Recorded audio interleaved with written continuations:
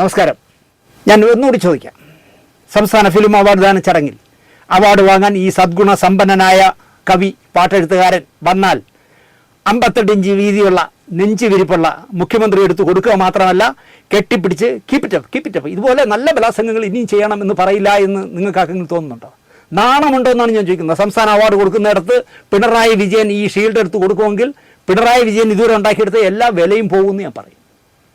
സജി ചെറിയാനെ വിളിച്ച് പിണറായി വിജയൻ ചോദിക്കണ്ടോ, കണ്ട പെണ്ണുങ്ങളെയൊക്കെ പീഡിപ്പിച്ച, പുലിനഖം നിയമപരമായി ഇടാൻ പാടില്ലാത്തവൻ കഴുത്തിലിട്ട, കഞ്ചാവ് വലിച്ചതിന് തെളിവ് സഹിതം പിടിച്ച, ലക്ഷക്കണക്കിന് രൂപ കണക്കിൽപ്പെടാത്ത പിടിച്ച, താമസിക്കുന്നിടത്ത് നിന്നപ്പോൾ ആയുധങ്ങൾ പിടിച്ച യവനൊക്കെയാണോ മഹാകവി?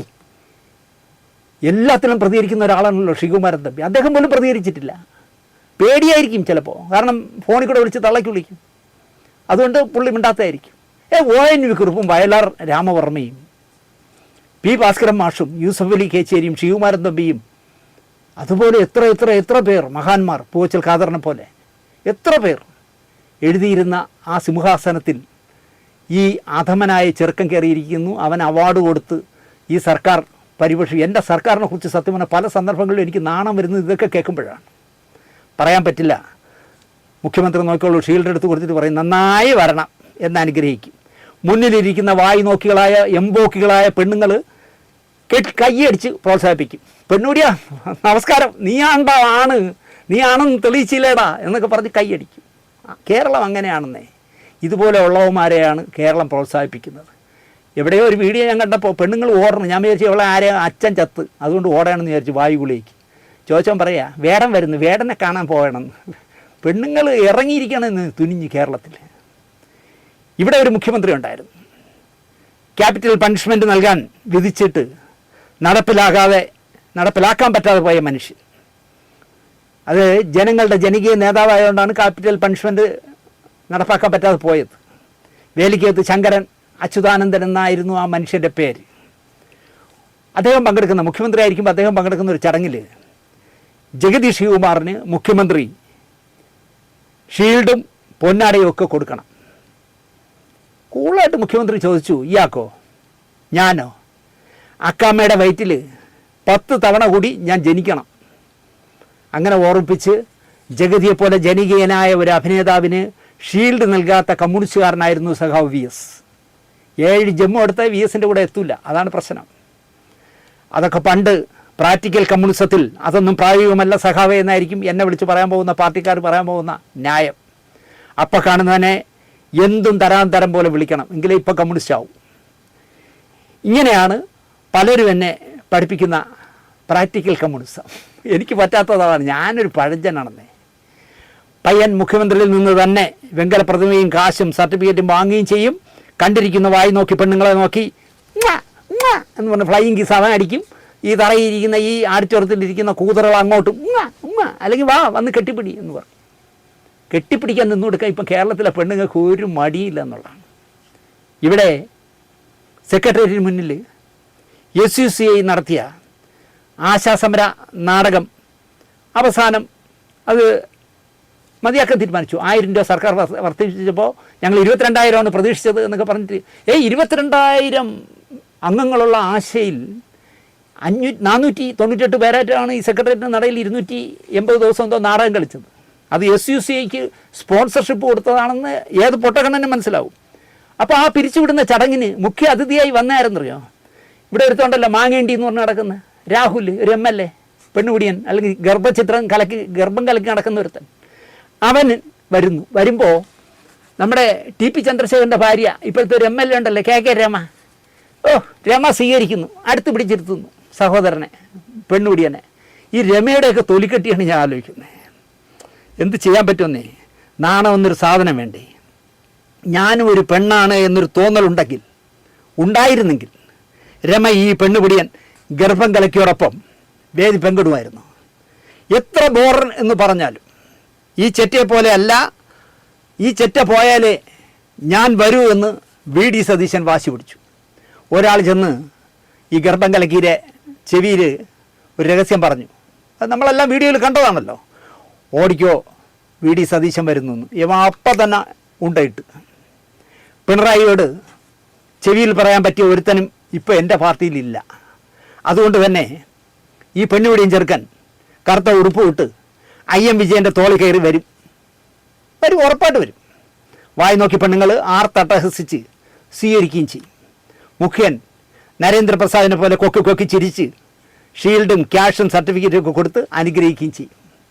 ഇതൊക്കെ പറയുന്നെങ്കിലും ആരും തെറ്റിദ്ധരിക്കേണ്ട, എൻ്റെ ഹീറോ ഇപ്പോഴും എൻ്റെ മുഖ്യമന്ത്രി തന്നെയാണ്. അതിൽ യാതൊരു മടിയില്ല. കാരണം അതിനപ്പുറം വേറെ തന്നെ എനിക്ക് കാണാൻ പറ്റുന്നില്ല.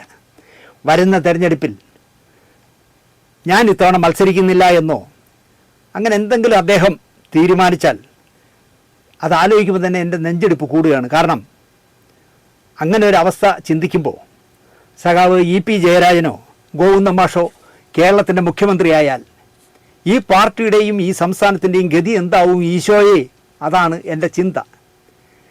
നമ്മുടെ സ്പീക്കറായിരുന്ന K രാധാകൃഷ്ണനെ MP ആക്കി ഡൽഹിക്ക് പറഞ്ഞു വിട്ടല്ലോ. K രാധാകൃഷ്ണനെയോ ശൈലജ ടീച്ചറെയോ എൻ്റെ നേതാവ് അടുപ്പിക്കില്ല എന്നുള്ള കാര്യം ഉറപ്പാണ്.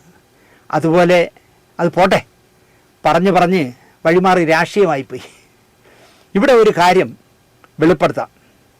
പഞ്ചായത്ത് തിരഞ്ഞെടുപ്പിന് മുമ്പായി രാഷ്ട്രീയം പറയുന്ന സിനിമ ഒഴികെ എല്ലാ കാര്യങ്ങളും സംസാരിക്കുന്ന ഒരു ചാനൽ നമ്മൾ തുടങ്ങുകയാണ്. സിനിമ മാത്രം അതിലുണ്ടാവില്ല, അത് ലൈറ്റ്സ് ക്യാമറ ആക്ഷനിൽ മാത്രമേ ഉണ്ടാവൂ.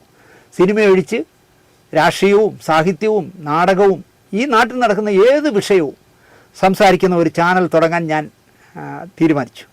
അതിന് പറ്റിയ ഒരു പേര് എൻ്റെ പ്രേക്ഷകർക്ക് പറയാം. അതിൽ വരുന്ന പേരുകളിൽ നിന്ന് ഒരെണ്ണം നമ്മൾ തിരഞ്ഞെടുക്കും.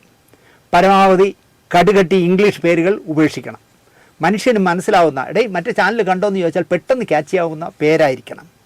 എൻ്റെ നമ്പറുകളിൽ മെസ്സേജ് ഇട്ടോ വാട്സാപ്പിലോ നേരിട്ട് വിളിച്ചോ പറയാം. അതിനുവേണ്ടി ഞാൻ കാത്തിരിക്കാം. വീണ്ടും നമുക്ക് അവാർഡിലേക്ക് പോകാം. ഇത്തവണ അവാർഡ് നിർണയത്തിൽ എന്നെ അതിശയിപ്പിച്ചത് അല്ലെങ്കിൽ സന്തോഷിപ്പിച്ചത് സ്ഥിരമായി കാണുന്ന മുഖങ്ങളൊന്നും മത്സരിക്കാൻ ചിത്രങ്ങളുമായിട്ട് ഇല്ലായിരുന്നു എന്നതാണ്. അടൂരിനെ പോലെ എൻ്റേതാണ് ഉദാത്ത സിനിമ എന്ന് പറയുന്ന ആളിൻ്റെ ഒരു സിനിമയും ഇത്തവണ മത്സരത്തിന് വന്നില്ല. എലിപ്പത്തായം പോലുള്ള നല്ല സിനിമ എടുത്ത അടൂർ ദിലീപിനെ നായകനാക്കി പിന്നെയും പോലുള്ള കൂതറ സിനിമയുമായി മത്സരിക്കാൻ വന്നിരുന്നെങ്കിൽ അടൂരിനെ മാറ്റി നിർത്തുന്നത് എങ്ങനെ? നമുക്ക് ബുദ്ധിയില്ലാത്തതിനാൽ മനസ്സിലാകാത്തത് കൊണ്ടാണ് അവാർഡൊന്നും നൽകാത്തതെന്ന് അടൂരെങ്കിലും പറയും എന്ന ശങ്കയിൽ ചിലതൊക്കെ വച്ച് നീട്ടേണ്ടി വരും. അപ്പോൾ ഇന്ന് പ്രഖ്യാപിച്ച സ്മൂത്ത്നെസ് ഉണ്ടാവില്ലായിരുന്നു. അവാർഡ് കൊടുത്തില്ലേൽ പരാതി പറയുന്ന നമ്മുടെ അടൂരുകാരൻ തന്നെയായ ഒരു ബിജു സാറുണ്ടല്ലോ, അദ്ദേഹത്തിൻ്റെ ഈ സാധനമൊന്നും വന്നില്ലാന്ന് തോന്നുന്നു. ഉസ്ബെക്കിസ്ഥാനിലെ ഗോൾഡൻ ഈഗിൾ വാങ്ങിയ എനിക്ക് അവാർഡില്ല എന്ന് പറഞ്ഞ് കക്ഷി വിവാദം ഉണ്ടാക്കിയതിന് സമാധാനം മത്സരിക്കാനില്ലായിരുന്നു. TV ചന്ദ്രൻ, MP സുകുമാരൻ നായർ തുടങ്ങി നല്ല സിനിമയുടെ പക്ഷത്ത് നിൽക്കുന്ന ആരും സിനിമയും കൊണ്ട് വന്നില്ല. ഷാജിയൻ കരുൺ, ലെൻ രാജേന്ദ്രൻ, ഹരികുമാർ അടക്കം കുറേ പേർ അകാലത്തിൽ വിട പറഞ്ഞും പോയി. സിബി മലയിലും കമലും ശ്യാമപ്രസാദും അടക്കം മൗനീഭാവുകളുമായി. സനൽകുമാർ ശശിധരനൊക്കെ കാമുകിയെ തിരക്കി അമേരിക്ക മുഴുവൻ കറങ്ങുന്ന തിരക്കിലായതിനാൽ മത്സരത്തിന് ഉണ്ടായിരുന്നെങ്കിൽ കോൺഗ്രസ്സുകാരനായതിനാൽ ഈ കമ്മ്യൂണിസ്റ്റ് സർക്കാരിൽ നിന്നും നീതി പ്രതീക്ഷിക്കുന്നില്ല, എൻ്റെ കാമുകിയെ എനിക്ക് താടാന്നും പറഞ്ഞ് വിവാദ നായകനായേനെ. സമാന്തര പ്രദർശനവും നടത്തിയാണ്. പക്ഷേ ഒന്നും ചെയ്യാൻ പറ്റിയില്ല. കാരണം സനൽകുമാർ ശശിധരൻ ഇപ്പോൾ കാമുകിയെ അന്വേഷിച്ച് നടക്കുന്ന തിരക്കിലാണ്. ഞാനിത് ചുമ്മാ പറയുകയല്ല. അവാർഡ് ജേതാക്കളെ നോക്കിയേ. കൊടുമൺ പോറ്റി മികച്ച നടൻ്റെ പുരസ്കാരവും കൊണ്ട് പോയെങ്കിലും ടൊവിനോ തോമസും ആസിഫ് അലിയും കട്ടയ്ക്ക് മമ്മൂട്ടിക്ക് വെല്ലുവിളി ഉയർത്തിക്കൊണ്ട് പ്രത്യേക ജൂറി പുരസ്കാരം വാങ്ങിച്ചെടുത്തു. നവാഗത സംവിധായകൻ ഫെമിനിച്ചി ഫാത്തിമ ചെയ്ത ഫാസിൽ മുഹമ്മദാണ്. ന്യായമായിട്ടും കൊടുക്കേണ്ടത്. ചിരിച്ചു മണ്ണ് പോകുന്ന മനോഹരമായൊരു വിഷയം എത്ര രസകരമായി ചെയ്തിരിക്കുന്നു. നിയതമായ ശീലം വെച്ചാണെങ്കിൽ ബറോസ് ചെയ്ത മോഹൻലാലിനാണ് നവാഗത സംവിധായകൻ്റെ അവാർഡ് കൊടുക്കുക. ഇവിടുത്തെ ശീലം അതായിരുന്നു. അയ്യോ, മോഹൻലാലല്ലേ കൊടുക്കണം. കാരണം ഒരു അവാർഡും കൊടുക്കാനില്ലാത്തതുകൊണ്ട് അരവിന്ദന് ഒരേ തൂവൽ പക്ഷികൾ എന്ന് പറഞ്ഞ സിനിമയ്ക്ക് സംഗീത സംവിധായകൻ്റെ അവാർഡ് കൊടുത്ത നാടാണ്. ABCD സംഗീതത്തിൻ്റെ അറിയില്ല. പക്ഷേ അദ്ദേഹം മോഹൻ സിതാരെ കൊണ്ട് ചെയ്യിച്ചിട്ട് അവാർഡ് അദ്ദേഹത്തിന്, അയ്യോ അരവിന്ദന് എന്തെങ്കിലും കൊടുത്തില്ലെങ്കിൽ മോശമല്ലേ എന്ന് പറഞ്ഞ് കൊടുത്തു. അതുപോലെ നവാഗത സംവിധായകരായ പുതിയ സംവിധായകർ 40 പേരെന്തോ മത്സരിച്ചു. ആ 40 പേരിൽ മോഹൻലാലിന് കൊടുത്തില്ലെങ്കിൽ മോശമല്ലേ എന്ന് വിചാരിച്ചത്. പക്ഷേ ഈ കമ്മിറ്റി അത് ചെയ്തില്ല. ആ ആണത്വം കാണിച്ചു എന്നുള്ളതാണ്. ആ ക്രൂരത പ്രകാശ് രാജിൻ്റെ ടീം എന്തായാലും ചെയ്തില്ല എന്നുള്ളതുകൊണ്ട് അദ്ദേഹത്തിനൊരു നല്ല നമസ്കാരം. എങ്ങനെ പ്രാദേശിക കമ്മിറ്റി ബറോസിനെ പ്രധാന മത്സരത്തിന് കയറ്റി വിട്ടു എന്നാണ് എനിക്ക് മനസ്സിലാവാത്തത്. TK രാജകുമാറിനോട് എനിക്കുണ്ടായിരുന്ന എല്ലാ ബഹുമാനവും കളഞ്ഞു കുളിച്ച സംഭവമായിരുന്നു ബറോസ്. അതുപോലെ തന്നെ മികച്ച നടിയായി തിരഞ്ഞെടുത്ത ഷംല ഫാത്തിമ. നമ്മുടെ അമ്മ, ചേച്ചി, ചേട്ടത്തി നടിമാരെ ആരെയെങ്കിലും ജൂറിയിൽ വച്ചിരുന്നെങ്കിൽ ഇവൾക്ക് കൊടുക്കാം, മറ്റവൾക്ക് കൊടുക്കാം, അമ്മ ഇലക്ഷന് നമ്മൾ പറഞ്ഞവർക്ക് വോട്ട് ചെയ്തതാണെന്ന് വാശി പിടിച്ച് ചളകുളമാക്കിയതിനെ അമ്മ മെമ്പർ അല്ലാത്ത ഒരു ടിപ്പിക്കൽ ഫാത്തിമയ്ക്ക് തന്നെ പുരസ്കാരം ചെന്ന് എത്തിയതും അഭിനന്ദനം അർഹിക്കുന്നു. പ്രകാശ് രാജും ശബ്ദ കച്ചവടക്കാരിയും രഞ്ജൻ പ്രമോദിനിയും കൂടാതെ ജിബു ജേക്കബ്, പിന്നണി ഗായിക ഗായത്രി അശോകൻ. ഈ ഗായത്രി അശോകൻ്റെ പേരൊന്ന് പുതുക്കുന്നത് നല്ലതായിരിക്കും. കാരണം എൻ്റെ മലയാളത്തിൽ ഒരു പ്രശസ്തനായ തിരക്കഥാകൃത്ത് ചോദിച്ചത്, എടാ നമ്മൾ ഗായത്രി അശോകൻ ഉണ്ടതിലും. ഞാൻ ആ ഗായത്രി അശോകനല്ല, അരയന്നങ്ങളുടെ വീടടക്കം നല്ല കുറേ പാട്ടുകൾ പാടിയ ഗസൽ ഗായികയായ തൃശ്ശൂരുകാരിയായ ഗായത്രിയാണ് ഗായത്രി അശോകൻ എന്ന് വിശദീകരിക്കേണ്ടി വന്നു. അതുകൊണ്ട് ഗായത്രി ഈ അശോകൻ കട്ട് ചെയ്ത് വേറെ വല്ല ഇടുക. കാരണം പോസ്റ്റർ ഡിസൈൻ രംഗത്ത് 1-ാം നമ്പർ താരമായി വിലസിയ ഗായത്രി അശോകൻ ജീവിച്ചിരിപ്പുണ്ട് എന്നുള്ളതുകൊണ്ടാണ്. പിന്നെ ലൂക്കോസ്, സന്തോഷ് എച്ചിക്കാനം, മെമ്പർ സെക്രട്ടറി അജോയ് എന്നിവരായിരുന്നു അംഗങ്ങൾ. സംഭാഷണ രചനയ്ക്കും ആക്ഷൻ കൊറിയോഗ്രാഫിക്കും, അത് ആക്ഷൻ കൊറിയോഗ്രാഫി എന്നുള്ള ഫൈറ്റാണെന്ന് പറഞ്ഞാൽ മതിയായിരുന്നു, അല്ലെങ്കിൽ സ്റ്റണ്ടെന്നോ അടിപിടിയെന്നോ പറഞ്ഞാൽ മതിയായിരുന്നു. പക്ഷേ അതിനൊരു ഗമയ്ക്ക് ആക്ഷൻ കൊറിയോഗ്രാഫി എന്നാണ് പറയണത്.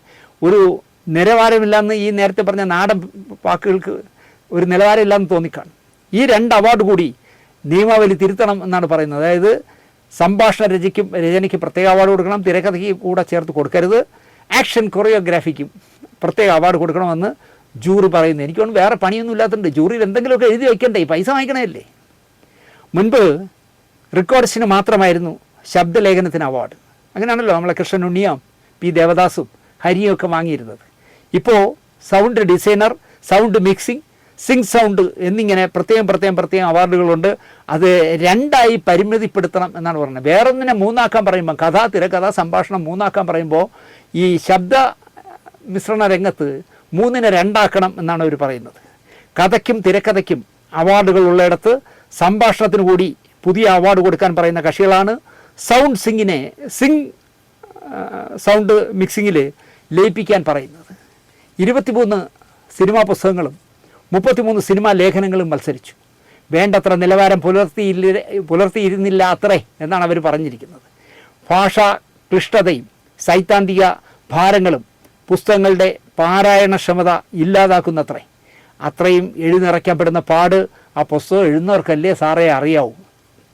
നവാഗതനായ ചിദംബരത്തിൻ്റെ മഞ്ഞുമ്മൽ ബോയ്സ് ജനപ്രിയ ചിത്രമാകും എന്ന് ഞാൻ കരുതി. മികച്ച ചിത്രമായി പ്രേമലു എന്ന ചിത്രം ജനപ്രിയ ചിത്രമായിട്ടും മാറി. ഫെമിനിച്ചി ഫാത്തിമ 2ാമത്തെ ചിത്രമായി. മികച്ച സംവിധായകനും ചിദംബരമായി. സിനിമാക്കാരനായിട്ടും എങ്ങും എത്താതെ പോയ സതീഷ് പൊതുവാളിന് 100% അഭിമാനിക്കാം ചിദംബരത്തിനെയും ഗണപതിയെയും മക്കളായി കിട്ടിയതിൽ. കൊടുമൺ പോറ്റിയായി കസറിയ മമ്മൂക്കയാണ് മികച്ച നടൻ. നല്ല തീരുമാനമായിരുന്നു ഈ സെലക്ഷൻ. ബ്ലാക്ക് ആൻഡ് വൈറ്റിൽ നമ്മളെ ഭ്രമിപ്പിച്ച പോറ്റിയെ ഞാൻ മറക്കില്ല. അതിന് പിന്തുണ നൽകുന്ന, അരിച്ചരിച്ച് തലച്ചോറിലേക്ക് സംഗീതം കൊണ്ട് കയറ്റിയ ക്രിസ്റ്റോ സേവിയർ പശ്ചാത്തല സംഗീതത്തിനുള്ള അവാർഡ് നേടി. ആ സിനിമ കണ്ടുകൊണ്ടിരിക്കുമ്പോൾ നമ്മൾ ഈ കൊടുമൺ പോറ്റിയുടെ ചിരിയൊക്കെ കാണുമ്പോൾ ഇങ്ങനെ മ്യൂസിക് ഉണ്ടെന്ന് തോന്നാത്ത രീതിയിൽ അതിനെ പൊക്കി കൊണ്ടുപോകുന്ന ക്രിസ്റ്റോയുടെ റീറെക്കോർഡിങ് വളരെ അഭിനന്ദനീയമായിരുന്നു. സൗബിൻ ഷാഹിറും സിദ്ധാർത്ഥ് ഭരതനും നല്ല സ്വഭാവ നടന്മാരായി. 2 പേരും അവർക്ക് കിട്ടിയ വേഷങ്ങൾ മനോഹരമായി ചെയ്തതായിരുന്നു. മഞ്ഞുമ്മൽ ബോയ്സിൽ ഗുണ കേവ് സെറ്റിട്ടതും ഭ്രമയുഗത്തിലെ കൊടുമൺ പോറ്റിയുടെ വാസസ്ഥലം സെറ്റിട്ടതും തമ്മിൽ മത്സരിച്ചാൽ ആർക്ക് അവാർഡ് കിട്ടും എന്ന് ചിന്തിച്ചവനായിരുന്നു ഞാൻ. ഗുണ കേവ് ഇട്ട അജയൻ ചാലിശ്ശേരി കൊണ്ടുപോയി അവാർഡ്. ഇതിനർത്ഥം പ്രേമയുഗം ചെയ്ത ജ്യോതിശങ്കർ മോശമായി എന്നല്ല. പ്രത്യേക ജൂറി പരാമർശങ്ങൾ വാരിക്കോരി നടീനടന്മാർക്ക് കൊടുത്ത ജൂറിക്ക് ഒരു പ്രത്യേക പുരസ്കാരം ഈ പറയുന്ന ജ്യോതിശങ്കറിന് കൂടി കൊടുക്കാമായിരുന്നു. അത് ചെയ്തില്ല. അത്ര രസകരമായിരുന്നു കൊടുമൺ പോറ്റിയുടെ ഇല്ല. എന്തായാലും പരസ്പരം ഗോവിളികളും ജൂറിയെ സ്വാധീനിക്കലും സമാന്തര പത്രസമ്മേളനങ്ങളും വെല്ലുവിളികളും ഒന്നുമില്ലാതെ ഒരു അവാർഡ് നിർണയം ഭംഗിയായി കഴിഞ്ഞു കിട്ടി. ഇങ്ങനൊരു ജൂറിയെ സംഘടിപ്പിച്ചിട്ടും അവാർഡ് പ്രഖ്യാപിക്കും വരെ ഇരിക്കാനുള്ള യോഗമില്ലാതെ പ്രേംകുമാർ ഇറങ്ങുകയും പുതിയ പൂക്കുട്ടിക്ക് ഇരിക്കാനുമായില്ല എന്നുള്ളതാണ് ഈ അവാർഡിലെ തമാശയായ രംഗങ്ങൾ. എന്തായാലും കുറ്റമറ്റ രീതിയിൽ ഈ അവാർഡുകൾ പ്രഖ്യാപിക്കാൻ കഴിഞ്ഞു. പക്ഷേ ഞാൻ നേരത്തെ പറഞ്ഞതുപോലെ ഗാനരചനയ്ക്ക് മഹാകവി വേടനും വേണ്ട, ഇവിടെ നിർത്താം, അതായിരിക്കും എനിക്ക് നല്ലതെന്ന് തോന്നുന്നു. നന്ദി, നമസ്കാരം.